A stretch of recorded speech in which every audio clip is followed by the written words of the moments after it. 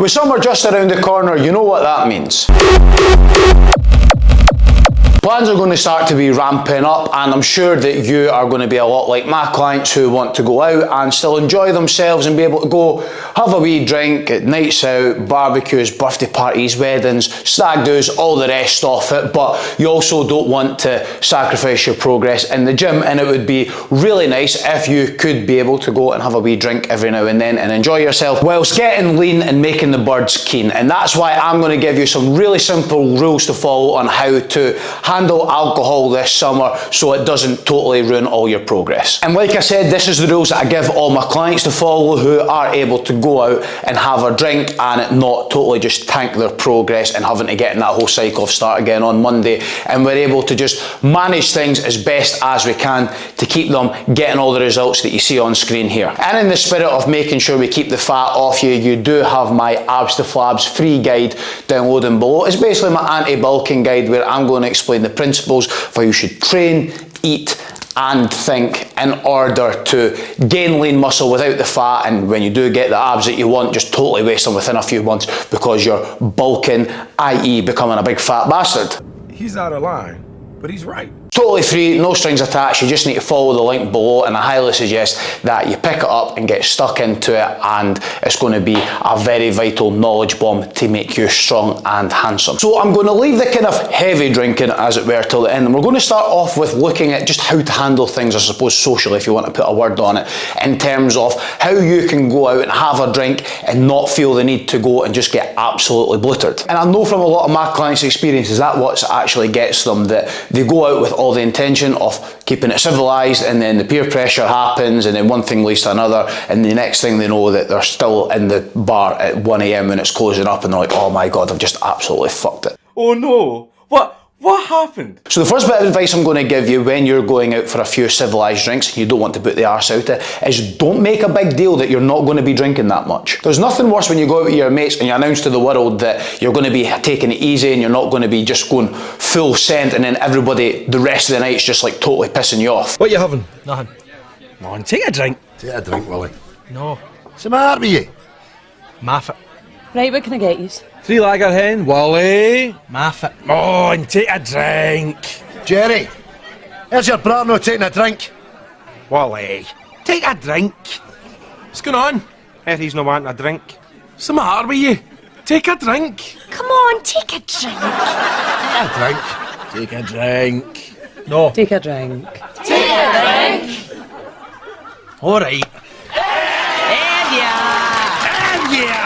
So don't draw attention to it and don't make a big deal, because if people don't know that you're going to be cutting back on your drink, then they're not really going to be putting it on you to like go and drink more, and that's just like an easy first kind of barrier to not chucking it. So just go in the early rounds as normal, and then when the day goes on, most people will probably be happy when people are sitting out rounds and they're not having to buy as many drinks, and better yet, when you go up to your bar for the round, your round for the bar, Jesus, Tino. You can just obviously get yourself a non-alcoholic number or just miss around entirely. But don't go in and announce to the world and make a big fuss about it, because genuinely people will care a lot less. And when it gets to that point in the day where everything kind of blends in together, like nobody's going to really pay that much attention that you're not really drinking as much. Nobody cares, mate. Nobody fucking cares, mate. And also as well, like it'll get to that point in the day where people will be happy if people are sitting out rounds, because it means I'm spending less money. When it comes to the alcohol itself, I would highly recommend that to save as much calories as possible, you have less pints, beers, lagers, that type of thing,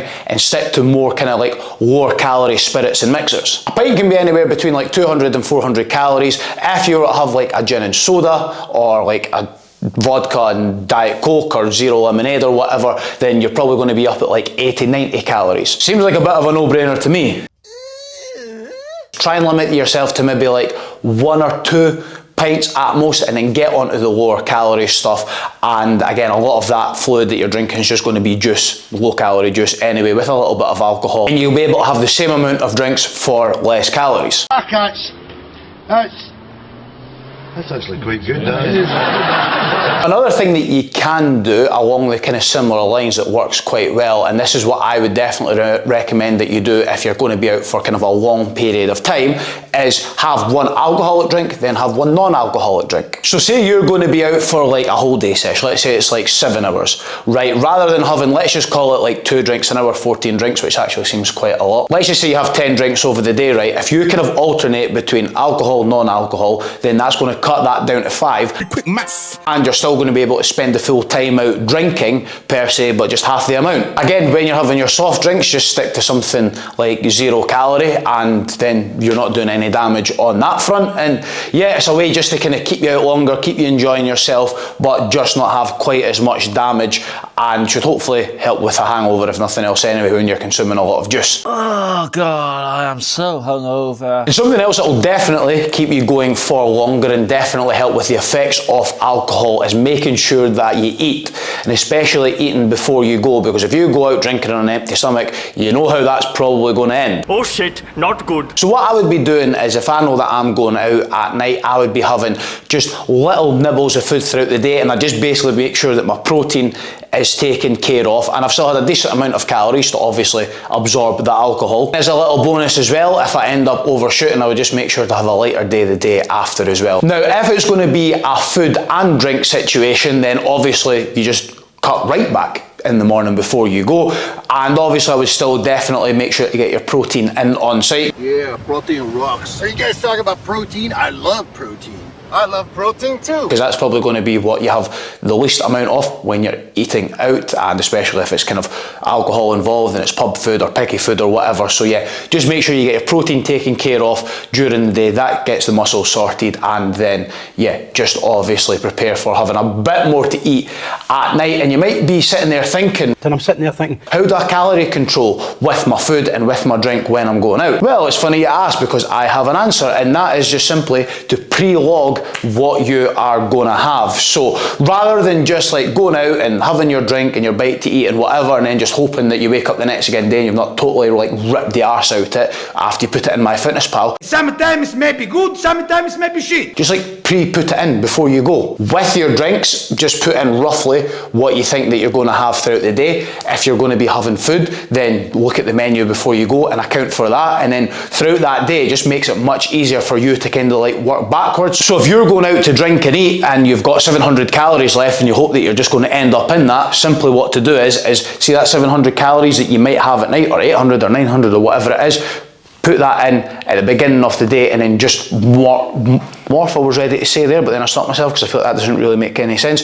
But basically, the rest of the food throughout the day, you then just like work into what you're going to be having at night. Also gives you an extra little layer of accountability to not go totally mad, because you've already kind of got it down on paper and you've already pre-planned it, and it'll just kind of help with the mental trigger in your head off, like, right, okay, I've actually got a tangible limit here of what I need to stay on, and it's just going to make me not just boot the arse out it to no end. Oh God, I'm drunk and it's evening time and I am drunk. Another thing that you can pre-organise before you go out is your taxi or your lift home, so that way you have actually got like a finite limit of time that you're going out, and it's not going to make you like stay out longer than you need to or longer than you've planned to, which will then mean more drinking and more fucking up your progress. Now, what's a good idea to do after you get out of your taxi or lift home and it isn't swiping right on every single person on Tinder and messaging them you up? I'm horny, horny, horny, horny.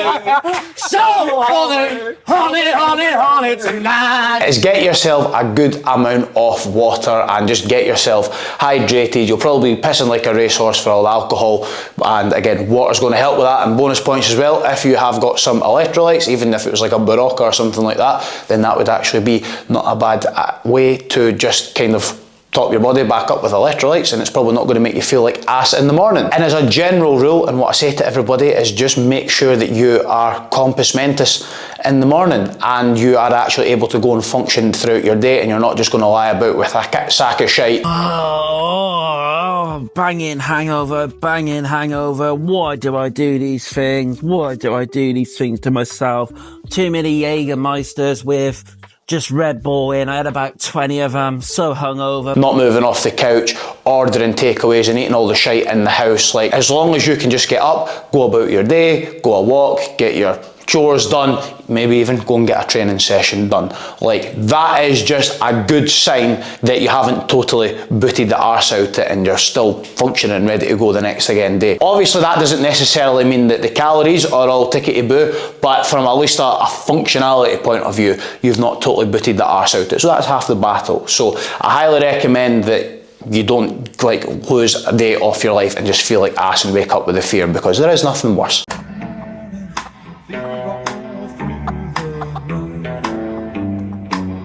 Now, to finish up on the few occasions where you are going to be going a bit more full send, and these should be the big occasions. This should be like the genuine one-offs, not like your third auntie's birthday party, or I'm seeing my pal who's back from Uzbekistan for a week before he goes away for another week and I might not see him for 2 weeks. Get the fuck out of here. The proper one-offs where it's like, you know what, I do want to let my hair down, and it's maybe the big events that you're building up to, right? I would be utilising calorie banking on the week leading up to it. So let's just say on the Saturday, you've got your best mate's wedding and it's going to be go time. You're going to be cutting shapes, slapping asses, like you are going to just be absolutely going for it.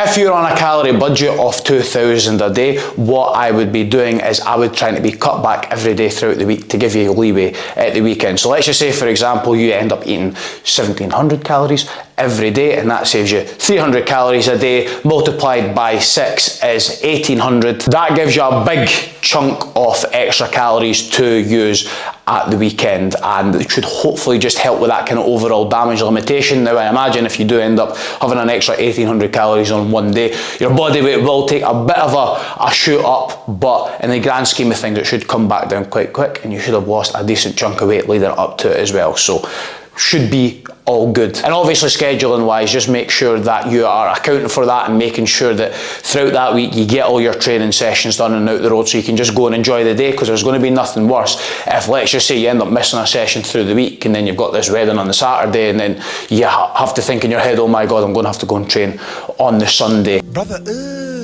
You just probably will have that wee annoying feeling in your back of your head. If you're like me, you will anyway. And again, it would just be good for the genuine big occasions if you just went out and enjoyed it and didn't have to worry about training, because it was all taken care of. And when you do get your training taken care of, then you're just making sure that you're not burning the candle at both ends, because that is ultimately what's going to do your progress in, and that is what's going to set you back. So that is quite a comprehensive amount of rules to follow and should hopefully be pretty straightforward. But again, if there is any questions or you need any help with it, then you've got my Instagram link down below. Feel free to follow me on there, shoot me a message, and even if you're not going to ask me any questions about it, just make sure that you follow me on there to see all my daily content and more carnage. There will be another video on the screen that you can go and binge watch rather than binge drink on a Saturday night. And yeah, make sure you follow these rules to be nice and strong and handsome through this summer, and I will leave it there and I will catch you soon. Don't know why I clicked my fingers.